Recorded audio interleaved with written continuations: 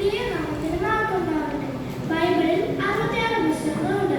ഈ 66 പുസ്തകങ്ങളിലും നമ്മുടെ കർത്താവായ യേശുക്രിസ്തുവിനെ പറ്റി പല നിലയിൽ ചിത്രീകരിച്ചിട്ടുണ്ട്. ഇതൊന്ന് ശ്രദ്ധിക്കുവാൻ വേണ്ടി നിങ്ങളുടെ ശ്രദ്ധയെ അല്പസമയത്ത് ഞാൻ ക്ഷണിക്കുന്നു. ഉൽപ്പത്തി പുസ്തകത്തിൽ ആ സ്ത്രീ ഒരു സംഗതിയാണ്. പുറപ്പാട് പുസ്തകത്തിൽ പെസഹ കുഞ്ഞാടാണ്. ലേവ്യ പുസ്തകത്തിൽ മഹാപുരോഹിതനാണ്. സംഖ്യാ പുസ്തകത്തിൽ അടിക്കപ്പെട്ട പാറയാണ്. ആവർത്തന പുസ്തകത്തിൽ വിശ്വസ്തനായ പ്രവാചകനാണ്. യോശുവയുടെ പുസ്തകത്തിൽ സർവ്വസൈന്യാധിപനാണ്. ന്യായാധിപന്മാരിൽ നീതിയുള്ള ന്യായാധിപനാണ്. രൂത്തിന്റെ പുസ്തകത്തിൽ വിശ്വസ്തനായ വീണ്ടെടുപ്പുകാരനാണ്. ഒന്നുവരണം ശമൂവേൽ, ഒന്നുവരണം രാജാക്കന്മാർ, ഒന്നുവരണം ദിനവൃത്താന്തങ്ങൾ. ഈ പുസ്തകങ്ങളിൽ അവർ ദാവീദിന്റെ സന്തതിയാണ്. എസ്രയുടെ പുസ്തകത്തിൽ അവൻ ശക്തനായ ശാസ്ത്രിയാണ്. നെഹെമ്യാവിന്റെ പുസ്തകത്തിൽ അവൻ പ്രിയനായ രാജാവാണ്.